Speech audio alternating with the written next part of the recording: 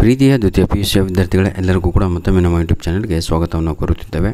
ನಿನ್ನೆ ನಡೆದಂತಹ ಏನಂತೀರ ತಾವುಗಳು ಎಕನಾಮಿಕ್ಸ್ ಕ್ವಶನ್ ಪೇಪರನ್ನು ಇಲ್ಲಿ ಅಪ್ಲೋಡನ್ನು ಮಾಡಿ ಕೊಡುತ್ತಿದ್ದೇನೆ. ಧನ್ಯವಾದಗಳು.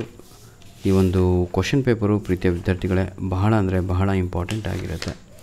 ರೀಸನ್ ಇಷ್ಟೇ, ಯಾಕಂದರೆ ಸ್ವಲ್ಪ ಡಿಫಿಕಲ್ಟ್ ಕೂಡ ಇದೆ ಈ ಕ್ವಶನ್ ಪೇಪರ್. ಹಂಗಂತೇಳ್ಬಿಟ್ಟು ಡಿಫಿಕಲ್ಟೇ ಎತ್ಕೊಂಡಿದ್ದೀರಾ ಅಂತ ಅಲ್ಲ, ಆಯಿತಾ. ನಿಮ್ಗೆ ಹೆಲ್ಪ್ ಆಗಲಿ ಅಂತ ದೃಷ್ಟಿಕೋನದಿಂದ ಈಸಿ ಇದ್ದರೆ ನೀವೇ ಬರೆದು ಬಿಡ್ತೀರಲ್ವ, ಸ್ವಲ್ಪ ಡಿಫಿಕಲ್ಟ್ ಕ್ವಶನ್ ಕೂಡ ನಿಮಗೆ ಸಿಗಬೇಕು. ಬನ್ನಿ ಈಗ ನೋಡ್ತಾ ಹೋಗೋಣ.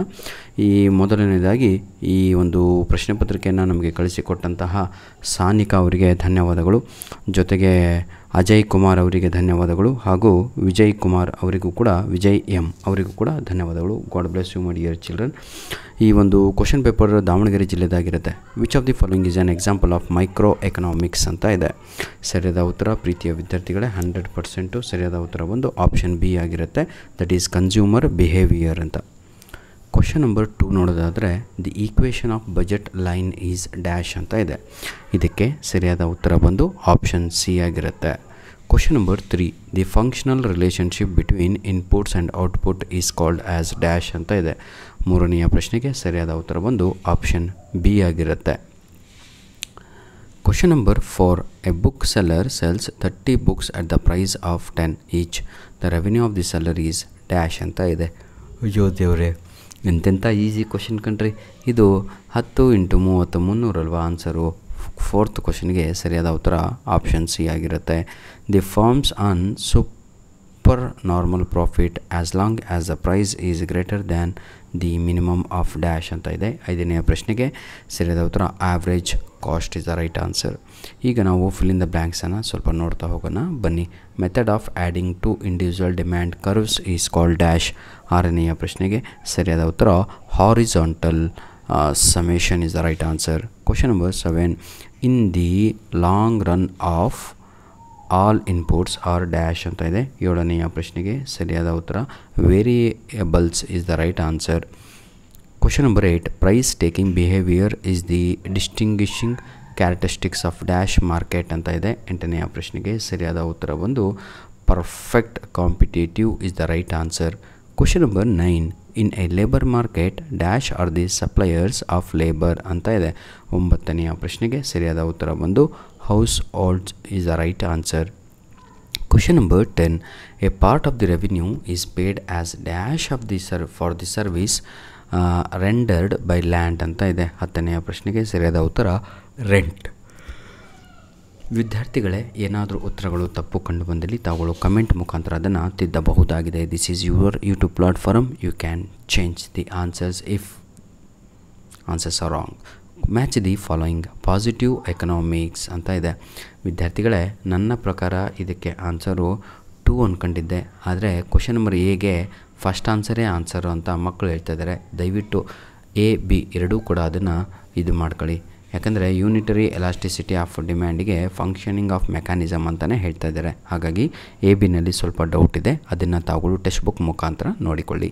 TFC + TVC is equal to that is 6th option TC ಅಂತ ಇದೆ ಅಲ್ವಾ, ಅದು ಸರಿಯಾದ ಉತ್ತರ. ಪರ್ಫೆಕ್ಟ್ ಕಾಂಪಿಟೀಷನ್ ಅಂತ ಇದೆ, ಅದಕ್ಕೆ perfect information is the right answer. Question number Adam Smith ಅಂತ ಇದೆ ಅಲ್ವಾ, ಅದಕ್ಕೆ ಸರಿಯಾದ ಉತ್ತರ ಆಪ್ರೇಷನ್ ಆಫ್ ಇನ್ವಿಸಿಬಲ್ ಹ್ಯಾಂಡ್. ಇದು ಎಲ್ಲ ಕ್ವಶನ್ ಪೇಪರಲ್ಲೂ ಬಂದಿದೆ ಕಣ್ರಿ. ಈ TFC ಹಾಗೂ ಆ್ಯಡಮ್ ಸ್ಮಿತ್ ಇದೆಲ್ವಾ, ಎಲ್ಲ ಕ್ವಶನ್ ಪೇಪರಲ್ಲೂ ಇದೆ.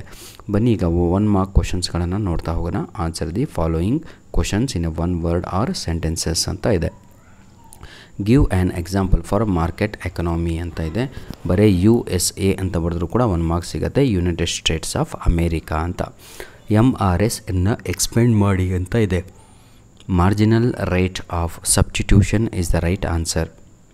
Question number 14 name the returns to scale when the output increases more than 10% for a 10% increase in the inputs ಅಂತ ಇದೆ.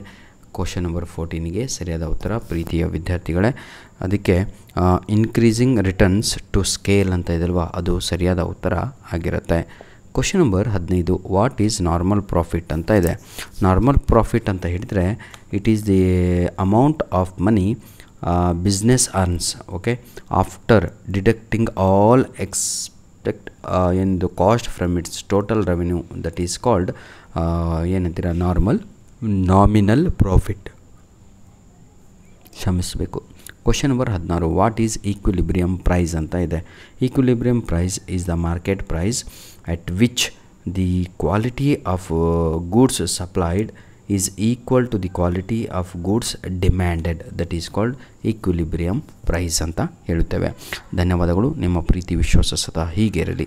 ನನ್ನ ದ್ವಿತೀಯ PUC ವಿದ್ಯಾರ್ಥಿಗಳೇ, ಇಲ್ಲಿ ಕಾಣುತ್ತಿರುವಂಥದ್ದು ಮೇಲ್ ಐ ಡಿ ಇದೆ ಅಲ್ವಾ, ಇದು ನನ್ನ ಮೇಲ್ ಐ ಡಿ ಆಗಿರುತ್ತೆ, ನಮ್ಮ ಯೂಟ್ಯೂಬ್ ಚಾನಲ್ಲು. ದಯವಿಟ್ಟು ಈ ಒಂದು ಮೇಲ್ ಐ ಡಿಗೆ ತಾವುಗಳು ತಮ್ಮ ಬಳಿ ಇರುವಂತಹ ಕ್ವಶನ್ ಪೇಪರ್ಸ್, ಯಾವುದೇ ಕ್ವಶನ್ ಪೇಪರ್, ಯಾವುದೇ ಸಬ್ಜೆಕ್ಟ್ ಆಗಿರ್ಬೋದು, ಯಾವುದೇ ಸ್ಟ್ರೀಮ್ ಆಗಿರ್ಬೋದು, ಅದನ್ನು ನಮಗೆ ಕಳುಹಿಸಿ ಕೊಡೋದನ್ನು ಮರೆಯಬೇಡಿ ಅಂತ ಹೇಳ್ತಾ ವಿಡಿಯೋವನ್ನು ಇಲ್ಲಿಗೆ ಮುಗಿಸ್ತಾ ಇದ್ದೇವೆ.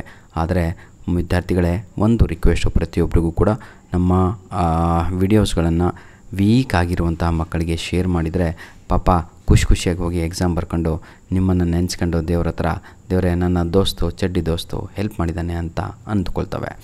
ಹಾಗಾಗಿ ವಿದ್ಯಾರ್ಥಿಗಳೇ, ಇದೇ ವಿಡಿಯೋದ ಡಿಸ್ಕ್ರಿಪ್ಷನ್ ಬಾಕ್ಸಲ್ಲಿ ನಿಮಗಾಗಿ ತಾವುಗಳು ಹುಡುಕಬಾರ್ದು, ಸಮಯವನ್ನು ವೇಸ್ಟ್ ಮಾಡಬಾರ್ದು ಅಂದ್ಬಿಟ್ಟು ಈ ವಿಡಿಯೋದ ಡಿಸ್ಕ್ರಿಪ್ಷನ್ ಬಾಕ್ಸ್ನಲ್ಲಿ ನಿಮಗೆಲ್ಲರಿಗೂ ಕೂಡ ಇಂಗ್ಲೀಷ್ ಎಕ್ಸಾಮಿಗಾಗಿ 100% ಫಿಕ್ಸ್ ಇರುವಂತಹ ಇಂಗ್ಲೀಷ್ ಗ್ರಾಮರಿನ ಲಿಂಕ್ಸ್ಗಳನ್ನು ಇದೇ ವಿಡಿಯೋದ ಡಿಸ್ಕ್ರಿಪ್ಷನ್ ಬಾಕ್ಸಲ್ಲಿ ನೀಡಿರ್ತೇನೆ. ಅದನ್ನು ಉಪಯೋಗಿಸಿಕೊಳ್ಳಿ ಹಾಗೂ ಒಳ್ಳೆಯ ಅಂಕಗಳನ್ನು ತೆಗಿರಿ ಎಕ್ಸಾಮಲ್ಲಿ ಅಂತ ಹೇಳ್ತಾ ವಿಡಿಯೋವನ್ನು ಇಲ್ಲಿಗೆ ಮುಗಿಸ್ತಾ ಇದ್ದೇವೆ. ಧನ್ಯವಾದಗಳು ವಿದ್ಯಾರ್ಥಿಗಳೇ. All the best. ಏನೇ ಡೌಟು, ಏನೇ ತೊಂದರೆ ಇದ್ದರೂ ತಾವುಗಳು ನಮ್ಮ ಯೂಟ್ಯೂಬ್ ಚಾನಲ್ ಮುಖಾಂತರ ಅದನ್ನು ತಾವುಗಳು ಸರಿಪಡಿಸ್ಕೋಬೋದು. ಆಗಲಿಲ್ಲ ಅಂದರೆ ಕಮೆಂಟ್ ಮುಖಾಂತರ ಅಥವಾ ಮೇಲಿನ ಮುಖಾಂತರ ತಿದ್ದುಕೊಳ್ಳಿ. ಧನ್ಯವಾದಗಳು. All the best my dear children. ಈ ವಿಡಿಯೋದ ಡಿಸ್ಕ್ರಿಪ್ಷನ್ ಬಾಕ್ಸಿನ ಕೆಳಗಡೆ 2 ಎಕನಾಮಿಕ್ಸ್ ಪೇಪರ್ ಕೊಟ್ಟಿರ್ತೇನೆ, ಅದನ್ನು ಉಪಯೋಗಿಸ್ಕೊಂಡು ಎಕ್ಸಾಮನ್ನು ಚೆನ್ನಾಗಿ ಮಾಡಿ. ಧನ್ಯವಾದಗಳು.